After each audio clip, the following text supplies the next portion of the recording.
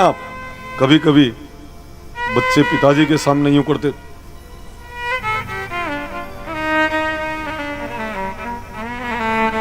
पिताजी चुप हो जाते हैं।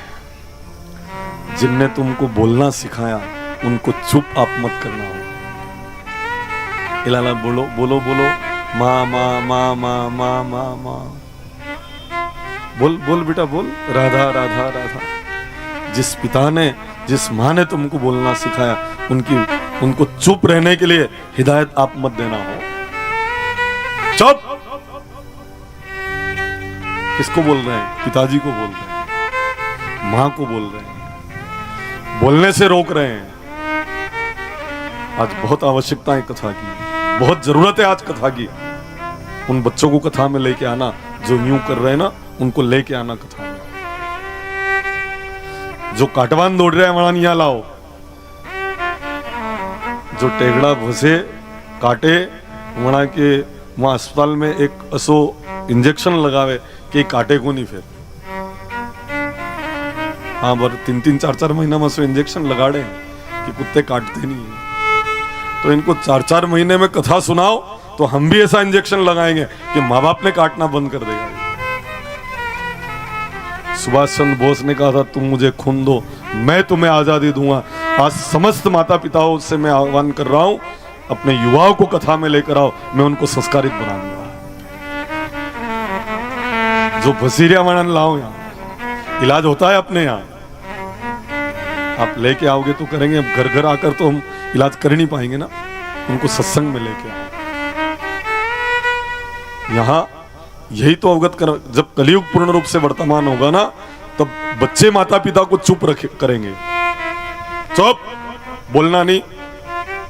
भोरपने में पूरी जिंदगी खत्म कर दी आपने। मैं जैसे कहूं वैसे चलो, अपना घर बन जाएगा। कुछ पढ़ लिख क्या लिए अपने आप को अपने माता पिता से होशियार मान रहे हैं आज के बच्चे। ये भी अपने ये नहीं है, दूसरा काम में है। इधर यहाँ समझना है इन तथ्यों को। कलयुग ने कहा मेरे अंदर ऐसा बढ़ता होगा, ऐसा व्यवहार होगा, तो फिर कलयुग हम तुम्हें क्यों स्वीकार करें? जब ऐसा आप अधर्म आपका मित्र है तो कलयुग फिर हम आपको नहीं आने देंगे।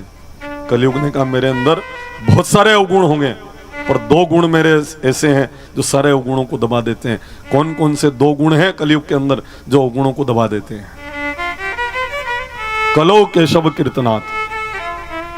सतयुग में तपस्या से जो फल मिलता था, त्रेता में यज्ञ के करने से जो फल मिलता था, द्वापर में विधान पूर्वक भगवान विष्णु की पूजन से जो फल मिलता था, कलयुग में केवल केशव के कीर्तन से ही वो प्रतिफल प्राप्त हो जाया करता है। ये पहला महान गुण कलयुग का। दूसरा कौन सा गुण है? कली करी एक पुनीत प्रतापा, कली करी एक पुनीत प्रतापा, कली करी एक पुनीत प्रतापा, कली करे एक पुनीत प्रतापा। मानस पुण्य होई नहीं पापा, मानस पुण्य होई नहीं पापा। कली करे एक पुनीत प्रतापा, कली करे एक पुनीत प्रतापा। बोले श्री सद्गुरुदेव की जय। महान गुण है इस कलयुग का है कि मन से हुए पाप का फल कम मिलेगा, पर मन से कोई पुण्य कर ले उसका पूरा का पूरा प्रतिफल व्यक्ति प्राप्त करेगा कलयुग में। अच्छा रहा कलयुग को स्वीकार कर लिया गया। क्यों? क्योंकि मनसा पाप तो लोगों से होता है। सतयुग त्रेता द्वापर में मन से कोई पाप होता उसकी बहुत बड़ी सजा मिलती थी, पर मन से पुण्य हो जाता तो उसका फल कम मिलता था। पर कलयुग में मन से पाप हो जाए उसकी सजा नहीं, पर मन से अगर कोई पुण्य हो जाए तो उसका ज्यादा पुण्य कलयुग में प्राप्त होता है। सुनो आप, अच्छा रहा। अच्छा, जो लोग धरती के ऊपर जन्मे हैं कलयुग में, वहाँ के माथा पे मोबाइल हरी की एक छोटी सी स्क्रीन वेती और जो आदमी होचे वो अगर वही स्क्रीन पे नजरे आतो तो कोई कण के नहीं मेरे नहीं बैठतो ऐसा ऐसा विचार कर रहा है लोग। अच्छा रहा थोड़ा पर्दा है। मनसा पाप, उसकी बड़ी सजा सतयुग त्रेता द्वापर में मिलती थी, पर मन से पुण्य हो जाता उसका फल नहीं मिलता। कलयुग में मन से अगर कोई पाप हो जाए तो उसकी सजा का प्रावधान नहीं है। मनसा पाप तो नहीं तो फिर तो अगर मनसा पाप लगता ना तो मन से तो कई तरह के पाप कर लेते हैं लोग। हमने तो ये भी देखा है, बहुत नजदीक से इस संसार को परखा है, कैसे कैसे लोग विचार करते हैं लोग, कैसा कैसा सोचते हैं लोग, कितने निम्न स्तर तक इनकी सोच जा सकती है वो अपन कल्पना भी नहीं कर सकते। ऐसे ऐसे सोचने वाले लोग भी हमने अनुभूत किए हैं। मैं तो यहां 2003, 4, 5, 6 तक कथा करी मैंने। एक तो जीजा ऐसे भी मिले जो आज बता रहे थे कि मैंने 8 साल में आपसे दीक्षा ली थी। वो जीजा भी यहां विराजे हैं डोराना से। 8 साल के छोटी सी बालिका थे तब दीक्षा ली थी। तो 2003, 4, 5, 6 लगातार 4-5 वर्षों तक यहाँ पर कथा हुई थी। यहाँ से जाने के बाद बहुत मीठे अनुभव भी हुए तो बहुत कड़वे अनुभव भी इस संसार में मुझे हुए हैं। बहुत सारे ऐसे लोग भी मिले जो पूर्ण रूप से समर्पित थे, कुछ लोग ऐसे भी मिले जो केवल हमारा उपयोग किया उन्होंने। ऐसे ऐसे लोग भी हमने अनुभूत किए। साहब कुछ तो केवल इसलिए मिले थे कि उनको अपना स्वार्थ सिद्ध करना था और बस उसके बाद फिर धीरे धीरे धीरे धीरे तो बहुत कड़वे अनुभव भी हमें हैं। बोलो दीक्षा लेने के बाद शास्त्रों में ही लिखा है कि दीक्षा ले ले उसके बाद शिष्य सदैव समर्पित रहेगा, ऐसा विधान है। पर कुछ शिष्यों को भी हमने ऐसा देखा है, फिर भी 95% तो समर्पित है, पर 5% उनके ऊपर हमें कभी भी ऐसा विश्वास नहीं था कि ऐसा वो कर गुजरेंगे। ऐसा भी हमने अनुभूत किया। बोलो आप, गुरु संग कपट मित्र संग चोरी, के होए अंध न के होए कोड़ी। गुरु ब्रह्मा, गुरु विष्णु, गुरु महेश और साक्षात पर ब्रह्म उनके साथ धोखा और दगा करे, उसकी दुर्दशा कितनी बड़ी होगी। वो तो केवल काय के लिए कि बस नाम और यश के लिए, उनको उससे कुछ भी नहीं लेना देना। गुरु क्या होते हैं कोई लेना देना नहीं, गुरु का महत्व क्या है कोई लेना देना नहीं। पर के ये कथा करे जनता एकत्रित हुए तो अपने भी यही तरियो कमाई खावा का धंधो है, उस व्यवसाय के रूप में हम वो निकट पहुंचे। तो हम आह्वान करते हैं कि दोष तो हैं, अपराध तो हैं, और उसका प्रतिफल गुरु संग कपट मित्र संग चोरी, के होए अंध न के होए कोड़ी। गुरो त्यागात भवन मृत्यु, मंत्र त्यागात दरिद्रता, गुरो मंत्र परित्यागी रोरवः नरकम व्रजेत। आज तो है ना लोगों का स्वभाव ऐसा हो गया साहब, कैसा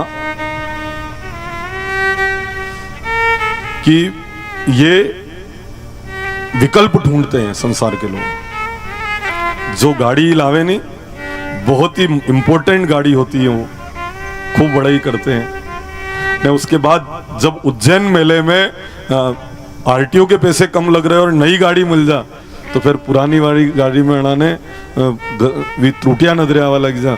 और नई गाड़ी यह बहुत अच्छी है। पुराना मोबाइल जदि लाया था वन टाइम पेमेंट में कोई दोष नहीं थो, पर अबार जो नयो लाया है वो तो मणि पहला वाला थी ठीक है। मुझे गुरुजी में भी लोग विकल्प ढूंढते हुए मिले हैं। सत्य बताऊं मैं आपको, ये वस्तुओं में भी विकल्प ढूंढते हैं ना, ये गुरुओं में भी विकल्प ढूंढने वाले लोग मुझे दिखे हैं। ये उस तत्व तक नहीं पहुंचे हैं। अगर मेरी आवाज उन तक पहुंच रही हो तो मैं एक संदेश देना चाहूंगा कि एक बार पूरी गुरु गीता हिंदी अर्थ सहित उसको पढ़ ले तो मालूम पड़ेगा कि गुरु के प्रति क्या भाव व्यक्ति का होना चाहिए। और मनसा परिकल्पयामी, मन से किए हुए पाप का फल कलयुग में कम, पर मन से किए हुए पुण्य का प्रतिफल ज्यादा प्राप्त होगा। इस विषय में डोंगरे महाराज एक कथा सुनाते थे। नाम तो सुना होगा डोंगरे महाराज का, आपने सुना डोंगरे महाराज का? पशुपतिनाथ में प्रवचन भी हुए थे उनके। परम पूज्य श्री डोंगरे जी महाराज की जय। बस कृष्ण भगवान की मूर्ति हाथ में लेकर रोया करते थे और कथा बोलते थे। साक्षात गंगा माता उनकी कथा में कथा सुनने के लिए पधारती थी। इतने दिव्य संत थे। और जब उनकी पत्नी 100 दिन पूरे हुए, करोड़ों रुपए ब्राह्मणों को दान करने वाले मुक्त हस्त से जब पत्नी का देहावसान हुआ तो कहा मंगलसूत्र भेज दो, मेरे पास चाल चलावा के लिए भी पैसे नहीं है। ऐसे भी कथाकार हुए हैं। चाल चलावा के लिए पैसे नहीं, मंगलसूत्र बेचो इसका तो उसका चाल चलावा हो सकता है। दाह संस्कार के लिए जो सामग्री आती है ना, इतना भी पैसा उनके पास नहीं था। डोंगरे बाबा, उन्होंने एक कथा सुनाई है। उस कथा में उन्होंने अवगत करवाया कि एक कंजूस आदमी गुरुजी के पास गया और कहा, गुरुदेव पैसा एक भी खर्च नहीं हो और भगवान प्रसन्न हो जाए, ऐसी कोई युक्ति बताओ। तो गुरुजी ने कहा, बिल्कुल खर्च नहीं और भगवान के दर्शन हो जाए ऐसी युक्ति बताता हूं। क्या युक्ति? रोज गंगा जी जाना। उसने कहा नहीं नहीं नहीं नहीं, गंगा जाने के पैसे लगते, मैं तो नहीं जाऊंगा। अरे भैया नहीं जाना, खाली आंख बंद करके सोचना आप गंगा जी गए कि हाँ यो तो कर लूंगा। फिर गंगा जल लेके आना, वास्तविकता में नहीं लाना, आंख बंद करके ऐसा सोचना। फिर गंगा जल से भगवान को स्नान कराना, फिर दूध चढ़ाना। नहीं अरे दूध पैसे लगते हैं, अरे दूध खरीदना थोड़ी, आंख बंद करके दूध की कल्पना करना, उठाया हुआ दूध चढ़ाना। फिर सोने चांदी के आभूषण चढ़ाना। अरे पैसा लग ही नहीं रहा है, आंख बंद करके सोना चांदी की कल्पना करो। ठीक है फिर तो कर लूंगा। रोज गंगा स्नान करे, गंगा जल लाकर भगवान को स्नान करावे और रोज मन से ही सोना चांदी आभूषण सब वो भगवान को समर्पित करता है। 12 साल हो गए। आज तो जब दूध चढ़ाया ना तो इनको ऐसा याद आया कि शायद मैंने शक्कर नहीं डाली, दूध आगे बढ़ा दी। शक्कर जैसे ही डाली और याद आ गया, अरे अरे अरे तो शक्कर मैंने पहले डालती थी और डबल डालने में आ गई। कंजूस तो था, उसने कहा फिर दूध में शक्कर निकाल लूं, और जैसे ही हाथ बढ़ाया भगवान ने हाथ पकड़ लिया। ठाकुर जी प्रकट हो गए, हाथ पकड़ लिया। आज पहली बार ऐसा विश्वास हुआ कि तूने दूध चढ़ाया, वास्तव में हाथ क्यों बढ़ा तेरा? क्योंकि तेरे को ऐसा लगा कि दूध चढ़ा दिया और शक्कर डबल डाल दी, तू निकालने के लिए हाथ बढ़ा रहा, तो मैंने तेरे हाथ को पकड़ लिया है। भगवान प्रकट हो गए और वरदान मिल गया है, मनसा परिकल्पयामी। कलयुग में मन से हुए पाप का फल कम, पर मन से कोई पुण्य हो जाएगा उसका ज्यादा प्रतिफल प्राप्त होगा। पैसा कुछ भी नहीं लगे पर रोज भगवान की सेवा हो जाए, इतना सुंदर उपाय श्री डोंगरे जी महाराज ने अपने प्रवचन में, अपनी भागवत जी में उन्होंने श्रवण करवाया था। ये कथा अवगत करवा रही है, हमको भी सिखा रही है। कलयुग में महान गुण है, मन से किए हुए पाप का फल कम, पर मन से कोई पुण्य हो जाए उसका प्रतिफल ज्यादा प्राप्त होता है। कलयुग केवल नाम अधारा, सुमिर सुमिर नर उतर ही पारा। कली करी एक पुनीत प्रतापा, मानस पुण्य हो ही नहीं पापा। परीक्षित जी ने कहा फिर तो मैं कलयुग को स्वीकार करता हूं, परंतु स्थान निर्धारित करूंगा जहां जुआ खेला जाता हो, जहां व्याभिचार होता हो, जहां हिंसा होती हो, जहां मदिरापान होता हो, कलयुग इन जगह पर तेरा निवास स्थान रहे। जुआ खेला जाता हो। बड़ी खुशी की बात है कि हमारे आज्ञा में जुआ खेलने वाले लोग नहीं है, न तो यहाँ कोई लगाने आता है न यहाँ से कोई लगाने जाता है। यूं एक दूसरे की तरफ देख क्यों रहे हो आप?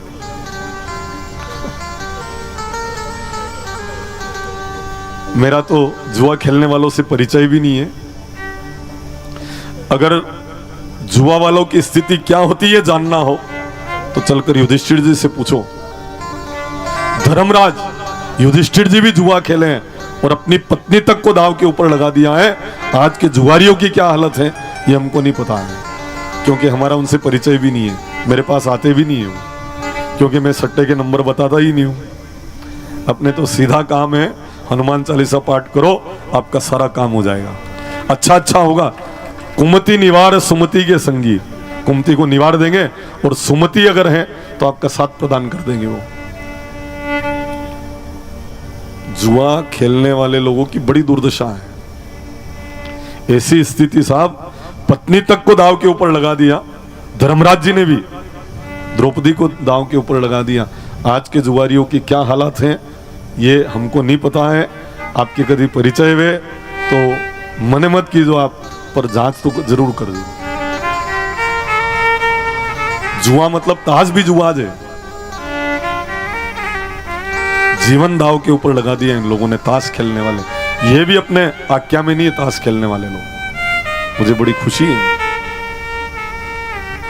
इसलिए तो 20 साल बाद भी मैं कथा करने आ गया हूं,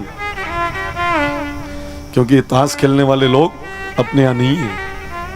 और दुख इस बात का भी एक थोड़ा सा कि कथा में इस तरह से बैठते हैं, कथा सुनते हैं, माथा हिलाते हैं, ऐसा लगता है जैसे कथा पूरी समझ में आ रही है, और महाराज जैसे ही वहां से जावे न फिर ताश खेलना शुरू कर दे। न दाना लोग भी,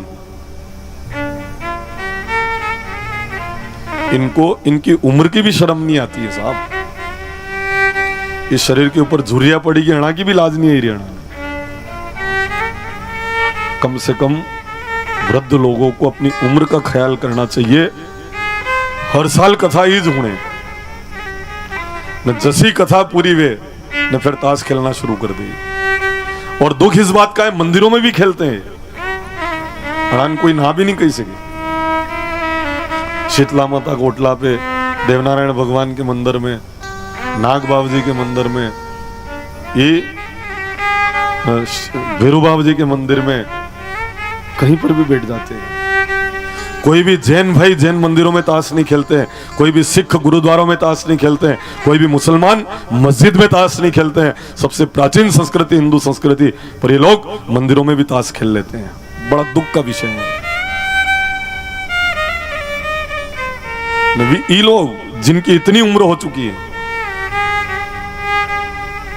फिर ये बच्चों से कहते नाना कथाऊं साल, तो बच्चे भी कहते 15 साल कथाऊं बात साहब थाए ने थकती ताश नहीं छूटिया, तो मुँह 1 साल हुन लूंगा तो मारे कहीं फर्क पड़ेगा।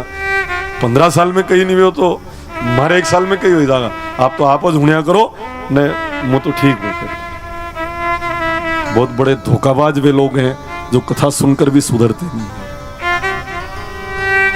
न गाबड़िया हसी हिलावे जाने सब समझ में आई रही हो।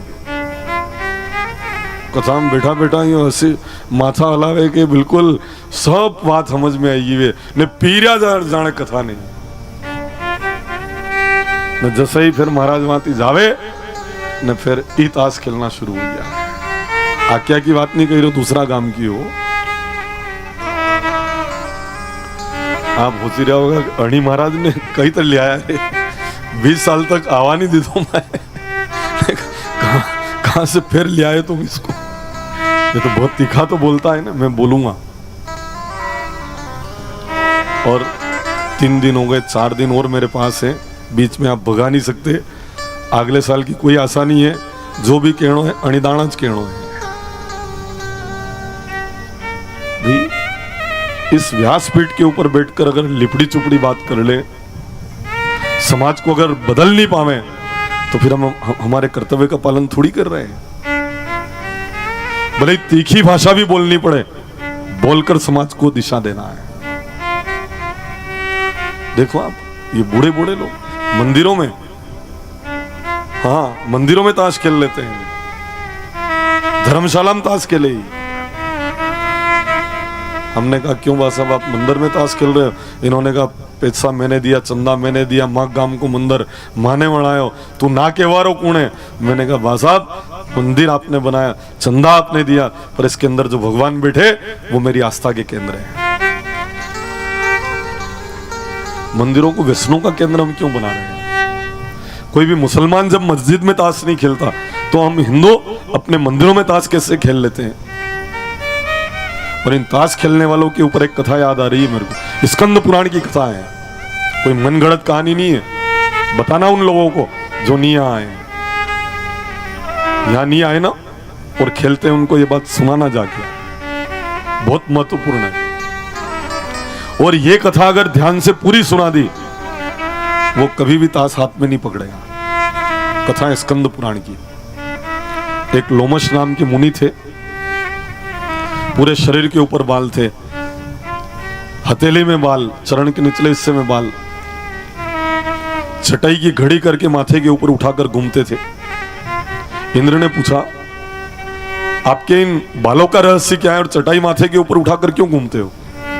तो लोमस ऋषि ने कहा मेरे बालों का ये रहस्य है कि 72 बार चारों युग बीतते हैं तो मेरा एक बाल गिरता है और सब बाल गिरेंगे तब मेरी मौत होगी। क्या कह रहे हैं लोमश मुनि स्कंद पुराण में? 72 बार 4 युग बीते, सतयुग, त्रेता, द्वापर, कलयुग, 72 बार बीते, पूरे के पूरे युग 72 बार बीते तो मेरा एक बाल गिरे और सब बाल गिरे तब मेरी मौत होगी। ये मेरे इन बालों का रहस्य है। तो फिर चटाई की घड़ी करके माथे के ऊपर उठाकर क्यों घूमते हो? कहीं आश्रम वगैरह बना के रहो। तब लोमस ऋषि कहते हैं मेरी उम्र कम है इसलिए मैं घर आश्रम बनाने के चक्कर में नहीं पड़ता, जहां मर्जी पड़े वहां चटाई बिछाता हूं, भजन करता हूं और मर्जी पड़ती है चटाई की घड़ी करके फिर चल देता हूं। 72 बार चारों युग बीते तो एक बाल गिरे, सब बाल गिरे तो मौत हो। ये उम्र भजन के लिए कम लग रही है, पर इनकी 60-70 साल की उम्र हो गई। और हमने कहा कि भैया ताश खेल रहे हो, शर्म आनी चाहिए। तो ये लोग कहते टाइम पास कर रहे हैं। कहा कि 72 बार चारों युग बीते तो एक बाल गिरे, वह उम्र भजन वाते कम, नैना की उम्र 60 साल वही ने फिर भी टाइम पास कर रहा है। तो मन तो सो लागे कि हमारा लोमस ऋषि थी ज्यादा, हमारा ताश खेलवा वाला की उम्र है, अंत यही तर पास कर रहे हैं।